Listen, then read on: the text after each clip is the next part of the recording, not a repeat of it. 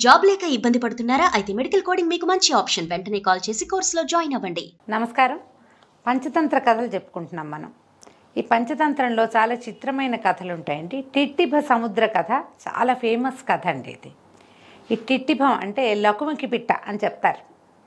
ఒక సముద్ర తీరంలోనంట ఒక లకుముకి పిట్టల జంట టిట్టిభ దంపతులు ఇద్దరు ఉండేవాళ్ళు, భార్యాభర్త. ఒక ఆడపిట్ట, ఒక మగ పిట్టను. అయితే కొంత భార్యాభర్త ఇద్దరు రెండు పిట్టలు కలిసి ఉండగా కొంతకాలానికి ఈ ఆడపిట్ట గర్భవతి అయిందట.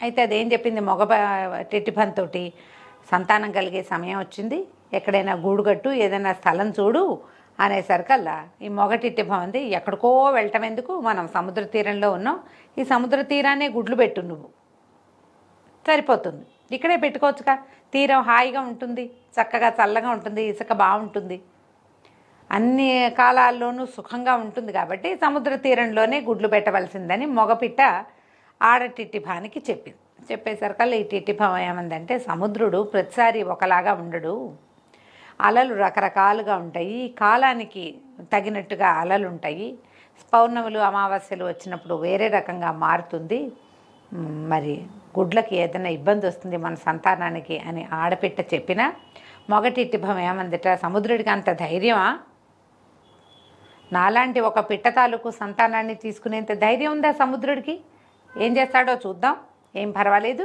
మనం ఇక్కడే గుడ్లు పెట్టుకుందాం, ఇక్కడే పిల్లల్ని పెట్టుకుందామని పదే పదే గట్టిగా బలపరిచింది. సరే, ఇంకా ఆడపిట్ట ఏం చేసిందట, ఆ సముద్ర తీరంలోనే ఒక గుంట తీసి అందులో గుడ్లు పెట్టింది. అయితే ఈ టిట్టిభ అంట ఇద్దరి మాటలని సముద్రుడు కూడా విన్నాడు. ఇంత ఉన్న లకుముకి పిట్టకి ఇంత పొగరా, ఈ గుడ్లు లాగేస్తే ఇదేం చేస్తుందో చూద్దాము, ఏం చేయగలదో చూద్దామని ఏం చేశాడట సముద్రుడు, పెద్ద అల నెపంతో ఒక పెద్ద అల విరుచుకుపడి తీరానికి కొంచెం దూరంగా, అంటే అలలు తగలని చోట ఉన్నటువంటి ఈ టిట్టిభాల తాలూకు గుడ్లని లోపలికి లాగేసుకున్నాడట. ఈ ఆడ టిట్టిభం గుడ్లు పెట్టాక ఎక్కడికో తిండి కోసం వెళ్ళింది. ముందంతా తిండి తింటాయి బాగా పిట్టలు, తినడం కోసం తిరిగి కాసేపు పెట్టి ఇక్కడ కూర్చుంటుంది, మళ్ళీ అది లేచి వెళ్తుంది, గుడ్లని ఒంటరిగా కూడా వదిలిపెడతాడు. అది వెళ్ళిన సమయంలో ఈ సముద్రుడు వచ్చి గుడ్డని లాగేశాడు. సాయంకాలం ఆహార సేకరణ పూర్తయి వెనక్కి తిరిగి వచ్చిన ఆడ టిట్టిభం చూసుకుంది, ఇక్కడ గుడ్లు లేవు, గుంటుంది, నా గుడ్లు లేవు, వలవల ఏడ్చింది, శోకాలు పెట్టింది, అయ్యో ఈ సీజన్లో పెట్టిన గుడ్లు పోయినాయో అని. మగపిట్ట కూడా వచ్చేసరికల్లా ఈ ఆడదాని దుఃఖం వర్ణనాతీతం, సంతానాన్ని పోగొట్టుకున్న స్త్రీ సౌహృదయం ఎలా ఉంటుంది, ఏడ్చింది. ఏడ్చేసరికల్లా ఈ టిట్టిభానికి పిచ్చి కోపం వచ్చింది.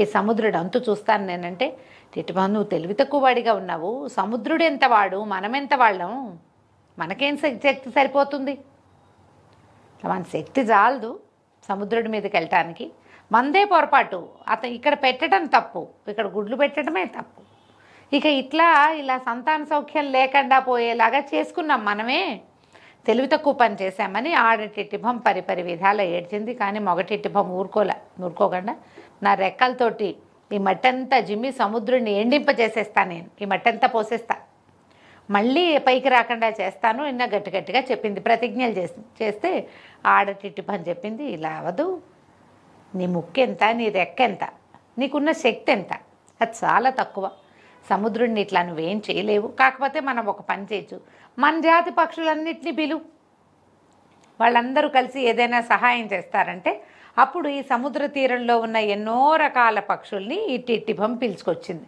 బెగురు పక్షులని, చిన్నపన్న హంసలని, కొంగలని, తనలాంటి ఇంకా కొన్ని టిట్టిభాలని ఇట్లా అందరినీ పిలిచి, ఇంత అన్యాయం జరిగింది, మేము మరీ అలలు వచ్చే దగ్గర పెట్టలేదు, సముద్ర తీరంలోనే పెట్టాం, కానీ బాగా ఎగువకి గుడ్లు పెట్టుకున్నాం, సముద్రుడు కావాలని దుష్టబుద్ధితోటి నా గుడ్లను అపహరించాడు, ఈ అపహరించిన గుడ్లను వెనక్కి తీసుకోవాలంటే ఏం చేయాలి, మనం అందరం కలిసి ఈ మట్టంతా ఎత్తిపోసి, సముద్ర తీరంలో అంతా ఇసుకేగా ఉంటుంది, ఇదంతా ఎత్తిపోసి ఈ సముద్రుడిని ఎండింపజేసేద్దాము, సముద్రుడు మళ్ళీ పైకి రాకుండా చేద్దాం, సముద్రుడిని లోపలికి వెళ్ళిపోయేలాగా ఇంకిపోయేలాగా చేద్దామని టిట్టిభం అడిగిందట. అయితే ఈ పక్షుల్లో కొన్ని ఏం చెప్పాయంటే, ఇట్లా కాదు, సముద్రుడి మీదకి బలవంతుడు సముద్రుడు, మనం వెళ్ళకూడదు, ఇతనికంటే బలవంతుడు అయిన వాడిని అతని మీద ప్రయోగించాలి, కథలో ఉన్న నీతి పాఠం అన్నమాట ఇది.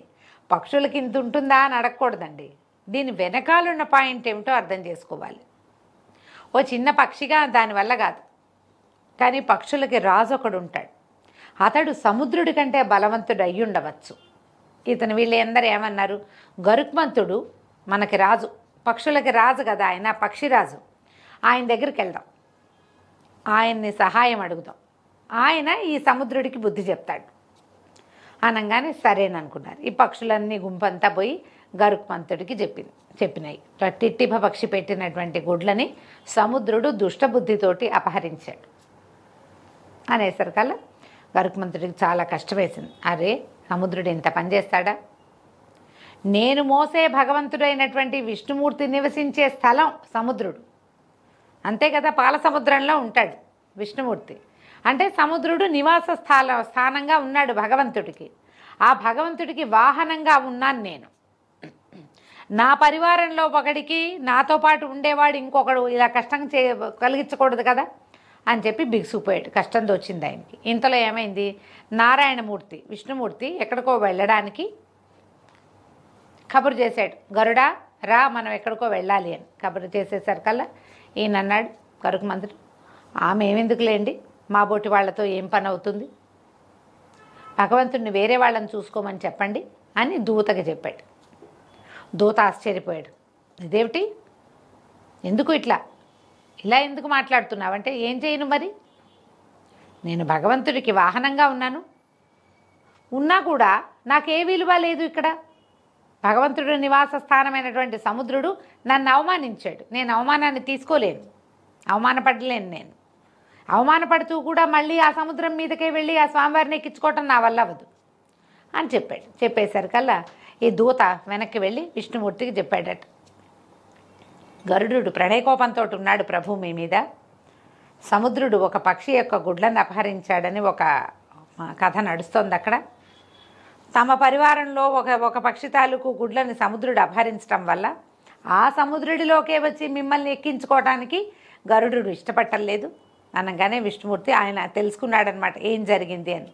తెలుసుకుని ఆయన గరుడు దగ్గరికి స్వయంగా స్వామి వచ్చి, గరుడా ఈ కోపం చాలించు, సముద్రుడిని కేకలేద్దాం అని చెప్పి సముద్రుడిని ఆదేశించాడట. పక్షి గుడ్లు తీసుకెళ్ళొద్దు, నీ తీరంలో పెట్టబడిన గుడ్లని ఇక నువ్వు ముట్టుకోకూడదు.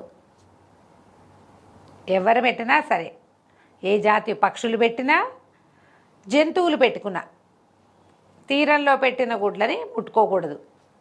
ఆ గుడ్ల దాకా వెళ్తాయి నీళ్లు, కానీ గుడ్లను లాక్కోవు. ఇలాంటి ఆదేశాన్ని ఇచ్చి ఈ లకుముకి పిట్ట టిట్టిభం తాలూకు గుడ్లని అపహరించిన గుడ్లని మళ్ళీ వెనక్కి ఇప్పించాడట విష్ణుమూర్తి. ఆ గుడ్లు మళ్ళీ అలలతో పాటు లోపలికి వెళ్ళింది, అలతో పాటే బయటకు వస్తాయి సముద్రంలో, గమనించండి. ఆ లోపలికి వెళ్ళిన గుడ్లు మళ్ళీ వచ్చి ఈ టిట్టిప్ప పక్షికి చేరుకున్నాయి. టిట్టిభం ఇంతే, లకుముకి పిట్టలు అంటారు. పల్లెటూళ్ళలో ఉన్న వాళ్ళకి ఈ పేరు తెలిసింది, లకుముకి పిట్ట దాని పేరు. ఇంతంతే ఉంటాయి. ఇంత ఉండే టిట్టిభ పక్షి అపార జలరాశికి ఆలవాలమైన సముద్రుడి మీద పగ సాధించింది. ఈ కథ ఇట్లా చెప్తున్నారు. నువ్వు డైరెక్ట్గా ఏదైనా అటాక్ చేయలేనప్పుడు నీ వాళ్ళల్లో ఉన్న టాప్ పర్సన్ని పట్టుకో, అతని నుంచి ఇతన్ని నువ్వు కంట్రోల్ చేయగలుగుతావు అని చెప్పడం కోసం ఈ కథని ఈ పంచతంత్రంలో పెట్టారు. ఇందులో విష్ణుమూర్తిని ఇన్వాల్వ్ చేశారు, గరుత్మంతుడిని ఇన్వాల్వ్ చేశారు, సముద్రుణ్ణి ఇన్వాల్వ్ చేశారు. కానీ పక్షి గుడ్లు చాలా పక్షులు పెడతాయండి. ఈ సముద్ర తీరాల్లో పక్షులు గుడ్లు పెడతాయి. అక్కడికి నీళ్లు రావు. ఈ పక్షులే నీరు రాకుండా ఉండి కేవలం చల్లదనము తడి మాత్రమే మాయిశ్చర్ ఉండేలాగా ఉండే చోట్లలో పెట్టుకుంటాయి బహుశా వాటి తెలివితేటలతోటి. కానీ ఆ కథని ఇలా అల్లి పెట్టారనమాట. మనకి శక్తి చాలనప్పుడు మనలో ఉన్నటువంటి పెద్దవాడి సహాయాన్ని తీసుకోమని చెప్పడం కోసమే ఈ నీతి కథ చెప్పబడింది. కథ కంచికి మనం ఇంటికి.